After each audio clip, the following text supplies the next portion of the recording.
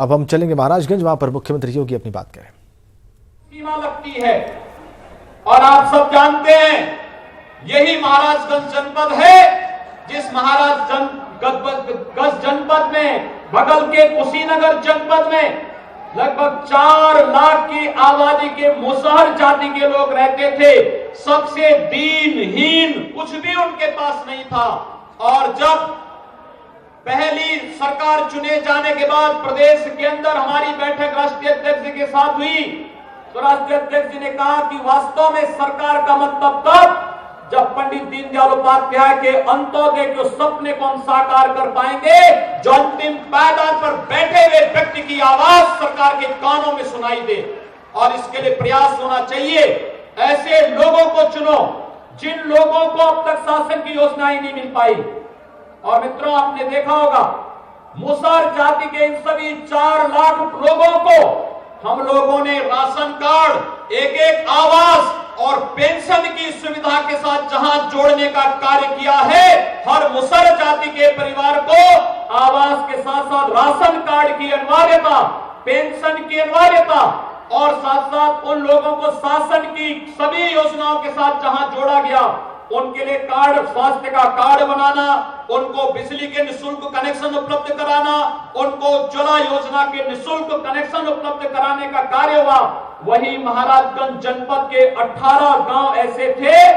जिन 18 गांवों को आजादी के बाद किसी भी प्रकार की कोई सुविधा नहीं मिली थी। बन्ने गांव, बनटांगिया गांव और महाराजगंज जनपद के उन 18 गांवों को राजस्व गांव के रूप में मान्यता देकर के उन सभी गांवों को जिनके पास आजादी के पास कोई मकान नहीं था, न सड़क थी, न बिजली थी, न पानी थी, न किसी प्रकार की कोई सुविधा उनके पास थी, उन सभी ऐसे महाराजगंज समेत पूर्वी उत्तर प्रदेश के 54 गांवों को राजस्व गांव के रूप में मान्यता देकर के शासन की योजनाओं के साथ जोड़ने का कार्य करके समाज के अंतिम पायदान पर बैठे हुए व्यक्ति तक सरकार स्वयं पहुंचने का कार्य किया था। और महाराजगंज जनपद में तो उन्हीं लोगों के बीच में हम लोगों ने कार्यक्रम किया था जिन लोगों तक आजादी के बाद, जिन्हें यहां तक कि मतदान देने तक का अधिकार नहीं दिया गया था, उन्हें मतदान देने का अधिकार भी दिलाने का कार्य किसी ने किया है तो भारतीय जनता पार्टी की सरकार ने किया है। और इसीलिए गांव, गरीब, किसान, नौजवान और महिलाओं के कल्याण के लिए कार्य करने वाली सरकार एक तरफ मोदी जी के नेतृत्व में 4.5 वर्ष से लगातार देश और दुनिया के अंदर भारत का सम्मान बढ़ा रही है, लेकिन दूसरी तरफ जाति के नाम पर बांटने वाली, चाहे वह सपा हो, चाहे वह बसपा हो, चाहे वह कांग्रेस हो, इन सब से मैं पूछना चाहता हूं, इन्होंने जाति के आधार पर समाज को बांटा, समाज में वैमनस्यता पैदा की, वर्ग संघर्ष की स्थिति पैदा की। लेकिन मैं पूछना चाहता हूं,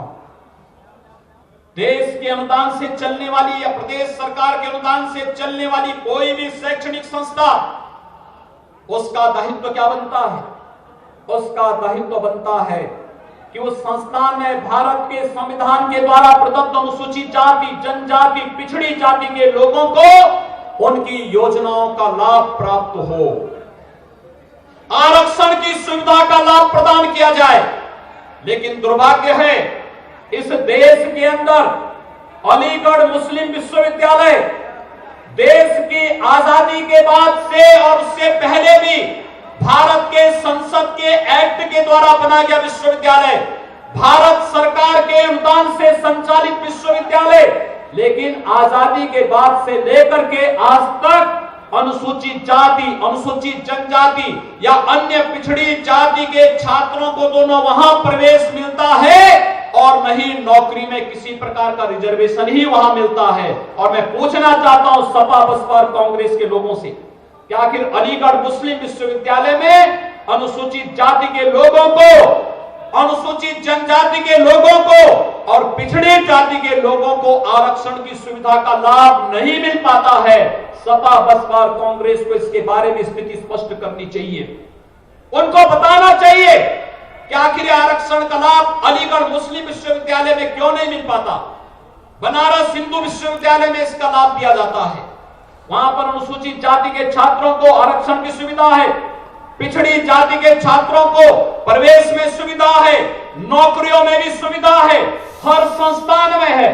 लेकिन अलीगढ़ मुस्लिम विश्वविद्यालय भारत सरकार के अनुदान से चले और सबके बावजूद इस प्रकार की सुविधाएं न दें, ये बातें इस बात को साबित करती हैं कि जितने भी राजनीतिक दल हैं, चाहे वो सपा के नाम पर हो, चाहे वो बसपा के नाम पर हो, चाहे वो कांग्रेस के नाम पर हो, ये केवल जातीय विस्मरण करके आपको कमजोर करने का कार्य कर रहे हैं और विकास की योजनाओं से आपको वंचित करने का कार्य कर रहे हैं।